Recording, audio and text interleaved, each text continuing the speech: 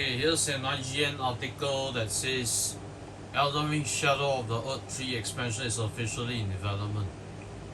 So, From Software has officially announced Shadow of the Erdtree and upcoming DLC expansion for Elden Ring. The developer confirmed that the DLC is currently in development, but no release date has been announced for the time being. The news came in the form of tweets from the official Elden Ring From Software Twitter accounts, with each tweet also featuring new key artwork for the expansion, which you can see just below. And these are all the artwork they have done. Yeah. So this news comes just days after Elden Ring's 1-year anniversary, in which it has sold over 20 million copies and received unprecedented Game of the Year awards, including at DICE, New York Game Awards, the Game Awards, and was IGN's Best Game of 2022 as well. Elden Ring has had just one other piece of DLC content added to the game since launch, which came in the form of the Colosseum multiplayer update. It hasn't been confirmed how much content Shadow of the Erdtree is set to include, but it will be the first single player expansion available for Elden Ring. Elden Ring is also getting its very own set of collectible art books, featuring full color volumes of key art, concept work, and development designs for all parts of the open world action RPG. IGN has recently spoke to Elden Ring creator Miyazaki, who suggested that success will dictate what content From Software makes next. Shadow of the Erdtree seemingly isn't the only project From Software is working on currently, with Armored Core 6 Fires of Rubicon also in active development from the Japanese studio. There's further reporting as well from Kotaku. Let's take a look at it.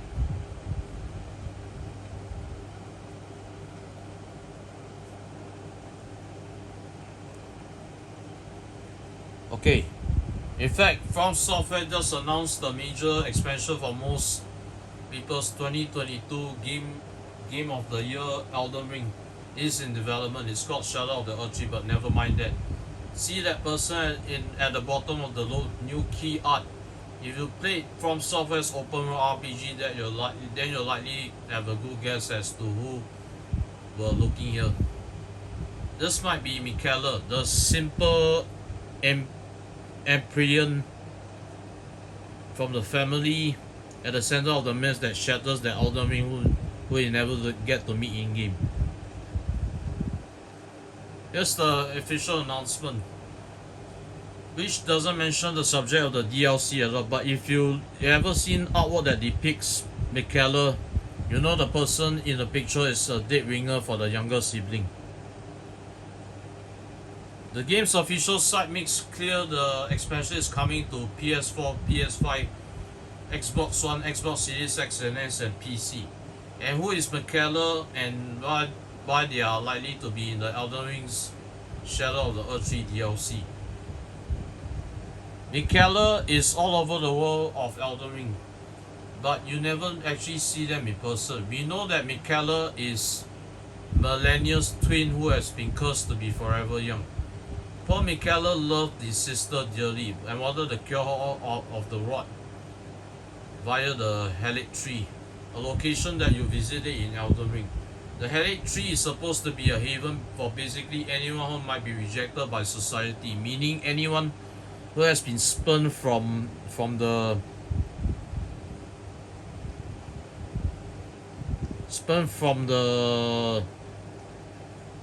embrace of the Erdtree that you burn at the end of the game. Michaela grew the tree specifically as a rebuke of the Golden Order religion, which despite its influence throughout the land, couldn't find a cure for the thing rotting away his family.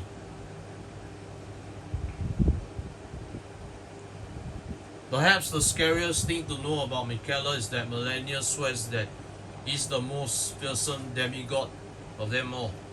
And after you spend hours trying to beat Millennia, well, that the hell is her even more powerful brother capable of.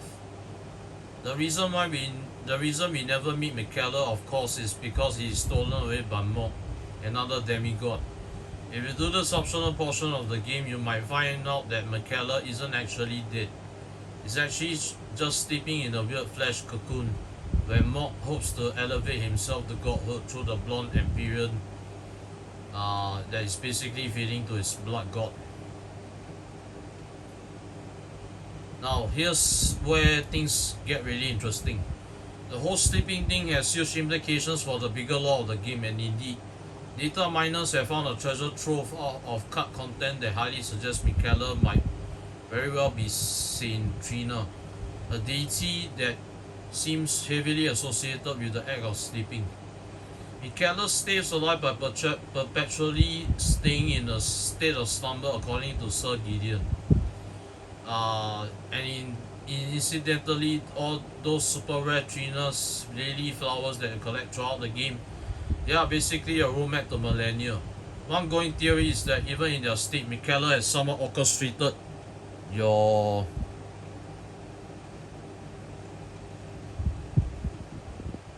entire quest. We know after all that Michaela's big thing is that they are able to make everyone love them and do his bidding. That's part of why Mog goes crazy. Basically, Michaela's immense influence, which Mog tries to convene with.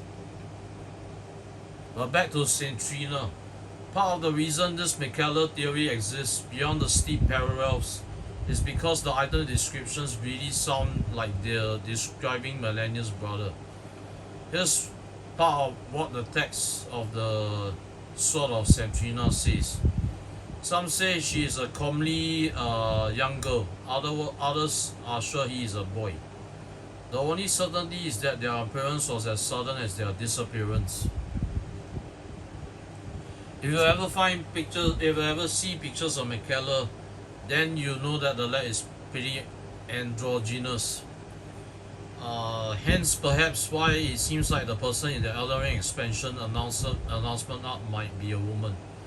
But if you look closely, the picture is also full of what appears to be ghostly versions of the Trina Lily all around the person riding the horse. I mean, come on, who else could this be?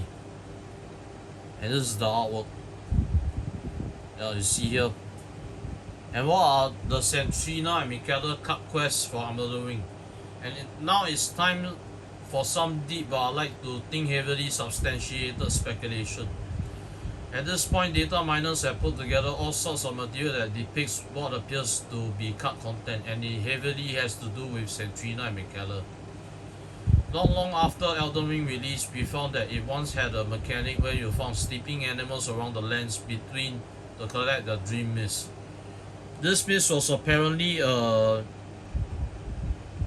central ingredient behind a nectar consumed by the gods. When you drank the nectar, you would find out some of its secrets, something that seems consistent with Michaela's ability to ply around anyone around them.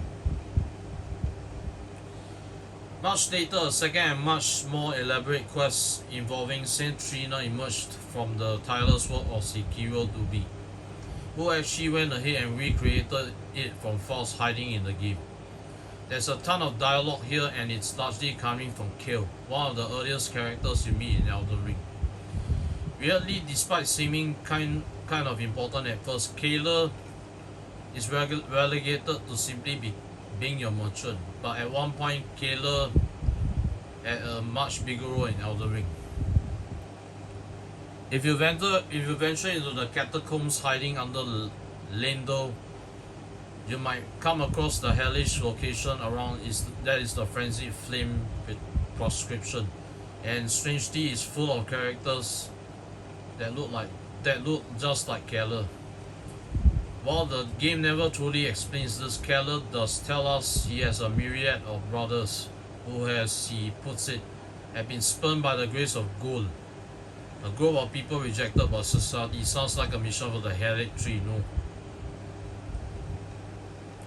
And sure enough, there is a connection between Kale and Saint Trina, but it appears to have not made it into the full game. In the video above, Sekiro Dubi walks you through a big quest where Kayla gives you a crystal ball tied to Trina. The reason Kayla and his kind are damned is because they all carry the flame of frenzy, a condition tied to a god whose game ending is basically chaos. And chaos is in direct opposition to the golden order, right? So in this card quest, Kayla wants you to collect dream mist so you can soothe the flame that plagues the wandering merchants. As he tells it, the flame connects them all together, which may be why when you kill one of them, all of the merchants become hostile to you. That constant connection also erodes away their personhood, so it's much like a curse. The flame used to be less of a problem when Centrina was around, but because he would sing the merchants a lullaby that would soothe their curse. Doesn't this sound a little more appropriate than the whole nothing that Kayla turns into like a third into the game? God knows if we'll ever see any of this in Elden Ring or its upcoming expansion. From Software might pull on what it already has, rework it or leave it in the bin. But even if none of these quests come back, they give us ample lore to chew on that helps explain a lot of things in Elden Ring. And the fact it exists at all makes a good case for the likelihood that From Software may double down on Michaela in one way or another in the expansion, even if it's not the exact way these cut quests depict. What's happening to the Erdtree in the Elden Ring expansion? Now let's talk about the title of the expansion, Shadow of the Erdtree.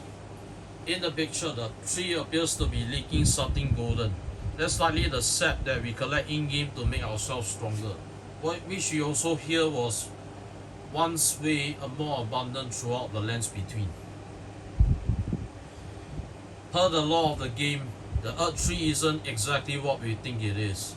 Instead, the Erdtree appears to be somewhat like a parasite that's feeding off something called the Crucible. The game kind of masks this reality, but there are hints in the item descriptions. Road Racing tells us that was once a great tree in this world. You might think this is referring to the Erdtree, but it might not be.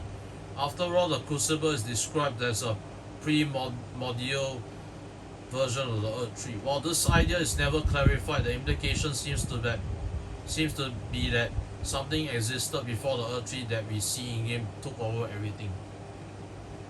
It makes sense then that the description for a spell states that at the start everything was opposed to the Erdtree. It was only through endless war by Marika and her husband that the Order of the Erdtree was enforced in Elden Ring. The Erdtree very well might be a vessel for an outer god, hence why the two fingers have to communicate with something that's clearly very far away every time we speak to them. And all the outer gods we learn about in Elden Ring are basically fighting to take control of the lands between. Why would the Erdtree be any different? Think about Watergon's whole regression concept, which refers to the idea that all things yearn eventually to converge. This regression idea sounds weird on paper, unless of course the very thing blessing you happens to be a parasite that's converged with something else. If the Erdtree is a parasite though, then that has some horrifying implications for what we see in Elden Ring. When people die, they are taken to the Erdtree because people believe their purpose was to return to the source of life. That's why there are all these catacombs full of roots that appear to be merged with bodies everywhere. And why these roots are